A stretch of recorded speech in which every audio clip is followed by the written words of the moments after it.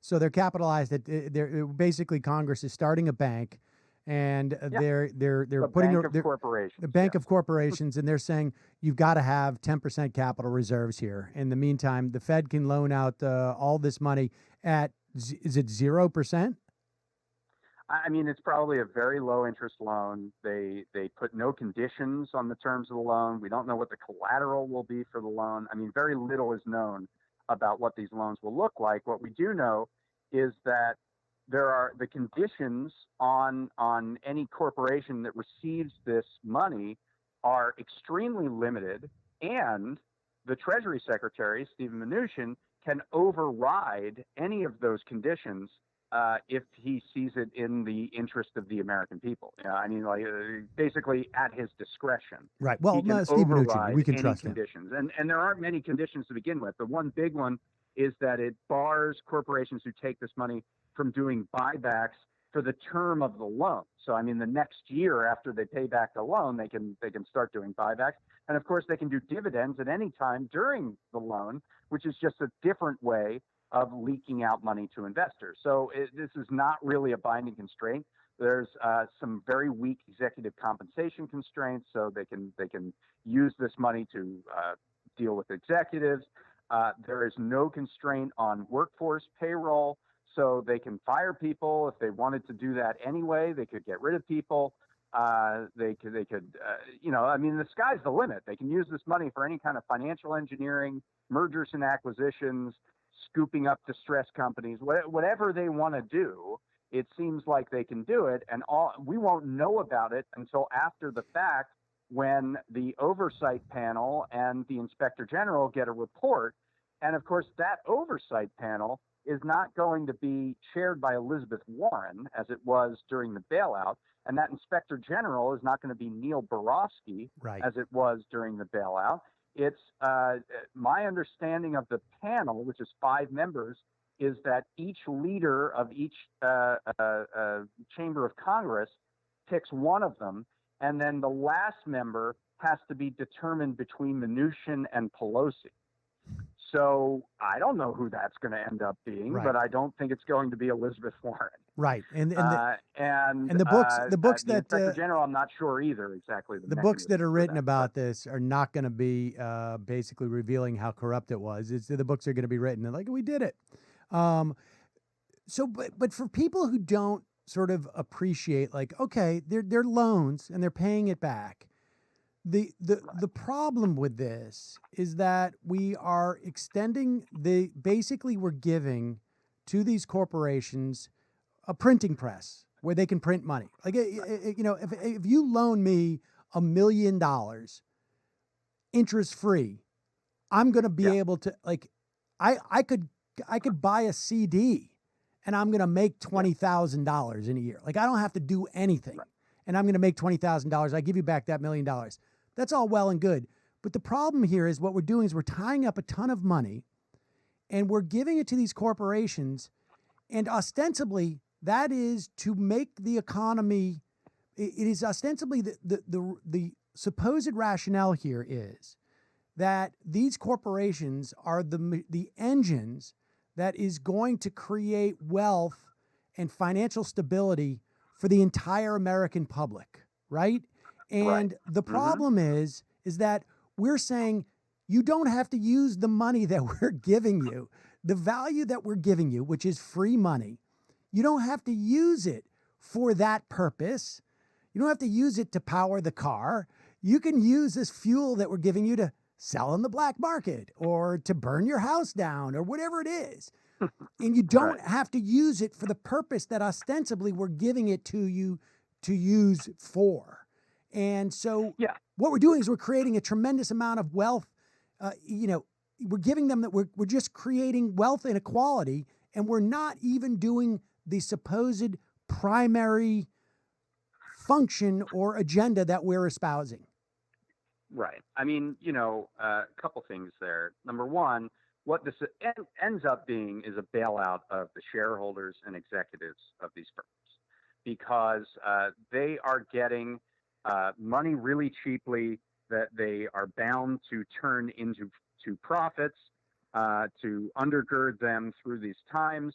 I remember Matt Taibbi, I believe it was, calling the money given in the bank bailout the mother of all carry trades. Like if you get money at 0.1%, you're going to make something out of that, and if you're not, you should be fired because you're an idiot. Well, like I said, you could put this money in a CD at the local license to print money. You could go to the local bank and put this money in a CD, and you're going to make money. You don't have to do anything.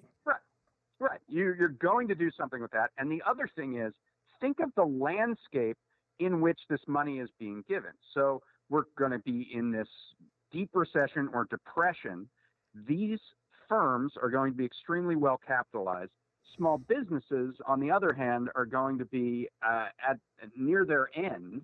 Right. Their 300 billion, 350 billion that is earmarked in this bill is a fraction of what these large corporations are getting, and they're being administered by the Small Business Administration, which is one of the worst agencies of the entire federal government, incredibly slow getting this money out, could be too late for a lot of these companies.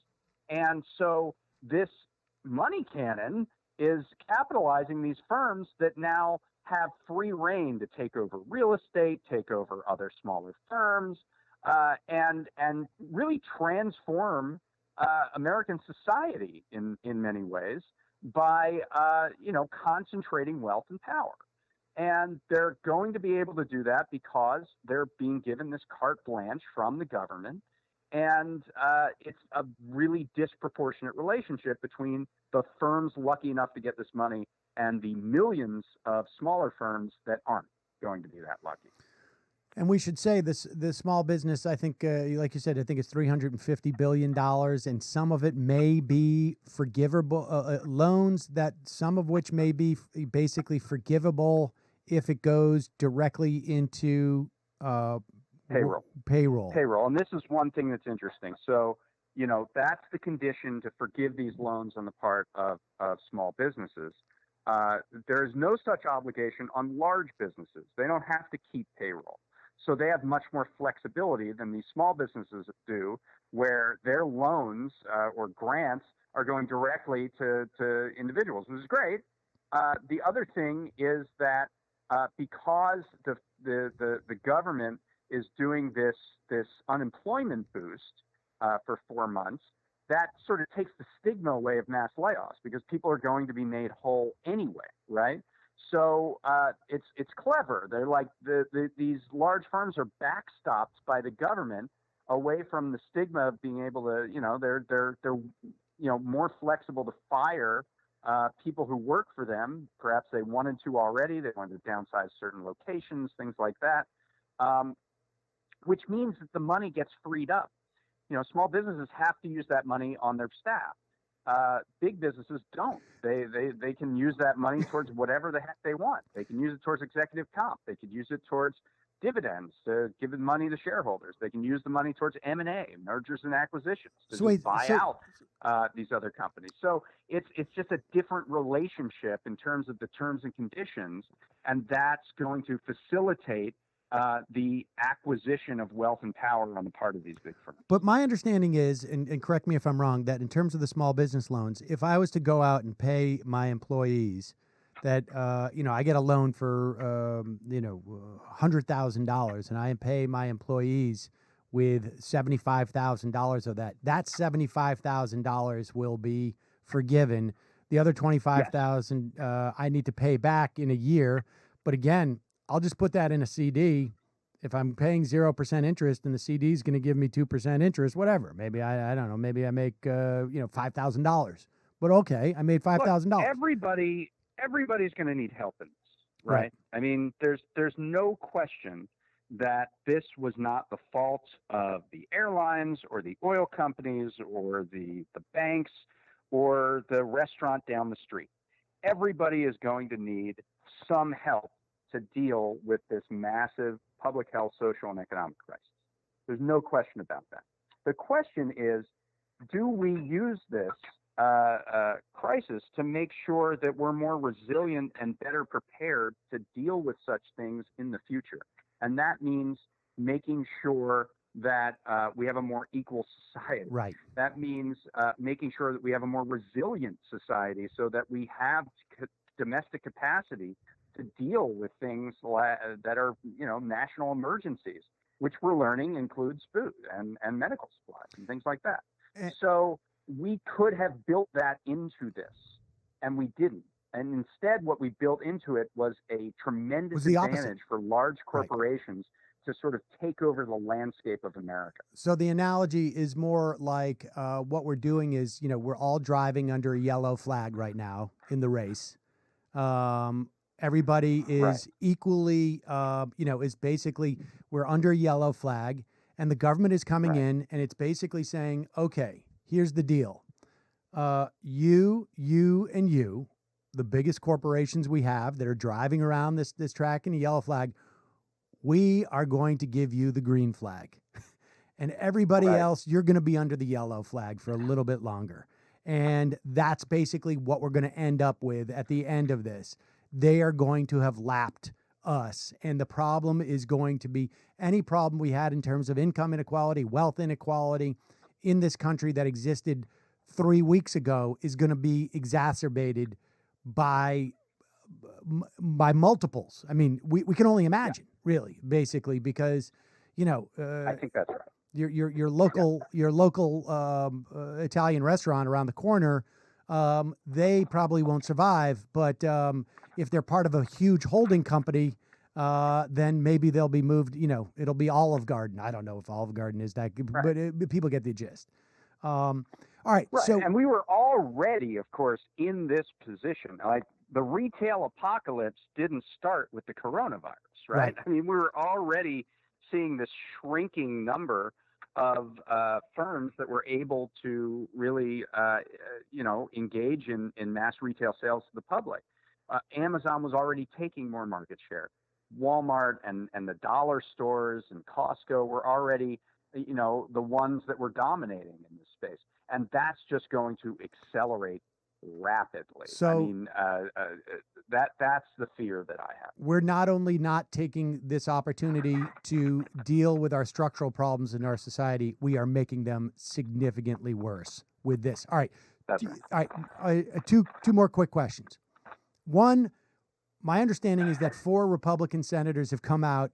I think it's Tim Scott. Tim Scott. It is. I think both Scotts. Yes, yeah. Rick Scott and Tim Scott, and Lindsey Graham. I don't know what it is about South Carolina, why they're getting. There must be a big employer. I don't know if it's Boeing. Somebody's pissed about it, right? Because that's a coincidence that both these guys from South Carolina have a problem with the unemployment insurance. It doesn't make sense to me. I think both of them don't actually understand anything about unemployment insurance. So their objection is that certain individuals might make more. We just lost you. Okay, let me try it again. Their objection is that these individuals, some individuals, low-wage workers, might make more if unemployed than employed for the short term in which this system is in place. So, and that's 4 months, right? And if you cost it out, they're getting an extra $600 a week, and that's on top of whatever their state gives them for unemployment. So if you were making the minimum wage, yeah, you might get a little more for a short period of time in unemployment. However, you as an individual cannot say, I'm going to quit my job and take unemployment. That is not how the unemployment system works. That's right. Yeah. The unemployment system, you only get unemployment if you are laid off, if you are fired, or not even fired, if you're laid off. And to be clear, you can't make a choice to go on unemployment. And even if you could, this is a short-term program. So what person out there would say, I know what I'm going to do. I'm going to make myself get laid off somehow, and then I'm going to make more money on the dole, And then in mid-July, when unemployment is at 25% and I get cut off from that extra money, I'm somehow going to find another job.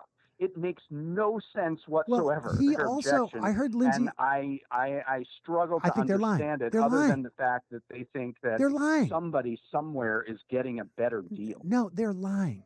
I mean, first of all, Graham got up there and he said, like, if I'm a nurse and I can make $24 an hour on unemployment, which of course is absurd because a nurse is not working minimum wage, and therefore their relationship with unemployment's only going to cover whatever it is, 70 to 90% of what they're making. Anyways, the $600 may bring them up to 100%, maybe 105%. But the bottom line is they're lying. There is an interest in, I mean, there's no explanation other than there is an interest in South Carolina, some big employer who does not like what the bill means to them. And so they've gone to Lindsey Graham and Tim Scott and said, this is a problem. So Tim Scott and Lindsey Graham pretend it's about unemployment. They go in, they're going to get something in there that's going to be tweaked. I don't know, what employer it is down there, if it's Boeing or somebody else, who's going to get some tweak that they want, and all of a sudden Lindsey Graham is going to see the light. And that's what's going on with this. And I imagine that Rick... I struggle to understand what that could be. You're probably right, but I don't really understand. The two senators from South Carolina? More ideological. It might just be more ideological that here's this undeserving person that for a short-term period of time, as a result of a national emergency, they're going to get a little bit more money, something in like the hundreds of dollars, by the way. We're talking about a $4.25 trillion money cannon, but somebody somewhere is going to get 80 more bucks a week, and we can't have that. Yeah.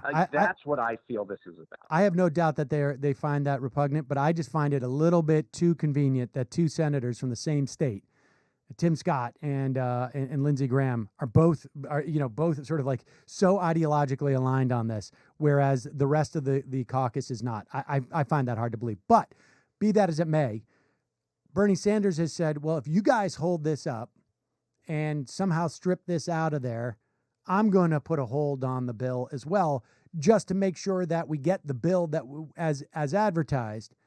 But the bottom line is Sanders should be doing this anyways. Seems to me. Sanders and Warren should both be saying, like, no, insufficient. Now, with that said... I completely agree. And I think what Sanders is doing is actually quite cynical, because it sounds like he's objecting to the corporate welfare when, in fact, he's trying to enforce Chuck Schumer's deal. Yes. He's saying, he's trying to create a mutual non-aggression pact. Like, yep. I'll make a stink if you make a stink, but if none of us make a stink, we'll just pass this bill. And ultimately what that does is it encourages the passage of this bill, which has these terrible corporate welfare yep. And transformative implements in there. And Sanders is part of the Democratic leadership. Like, people forget that. Like, I feel like he's being the muscle on this for his old high school classmate, Chuck Schumer. Yep. Did they really go to high school together? They did. I did not know that. Well, there you go. So this isn't the end of it, though, right? I mean, this is, first of all, okay, then I lied. I think it is the end of it. Well, is the House going to sign off on this? This situation with Graham and the their objection will somehow get ironed out. I feel like the bill will pass tomorrow. I feel like the House is in a really up against the wall situation. They have sick members. They don't want to come back to Washington. They do not have anything in place for remote voting, and I feel like that was by design. And so they're either going to pass this by unanimous consent or a voice vote, or one individual can go back and object. They have to get to Washington, make the objection, and then force everybody else back. We become a pariah within Congress because you're the one that created this public health situation and put me at risk personally for having to travel all the way to Washington. No, I feel like nobody's going to do that ultimately. and this thing will get rubber stamped in the House, because there's no other way to do it unless Pelosi is willing to put up a different bill, which I don't believe she is. She wrote a different bill that had a lot superior elements to it, but I feel like that bill was just for show. It Right. was just to show her members that she listened to their concerns. And ultimately, I feel like she's more than comfortable with taking what McConnell and Schumer put together and putting it on the floor, knowing that nobody's going to object, because to object would be to subject 535 members or 435 members to a public health risk. Right. Okay. So with all that said, this is phase 4, they're calling it, right? Or phase 3? I think 3, yeah. Is there going to be a phase 4? I mean, that's dependent on events. I think there's probably a desire on the part of Congress for this to be it. I know that the Senate is leaving town after this is done, and they don't want to come back until the end of next month. So certainly on their part, they see their work is done, at least in the near term. The House is already out, and there are significant issues with them returning.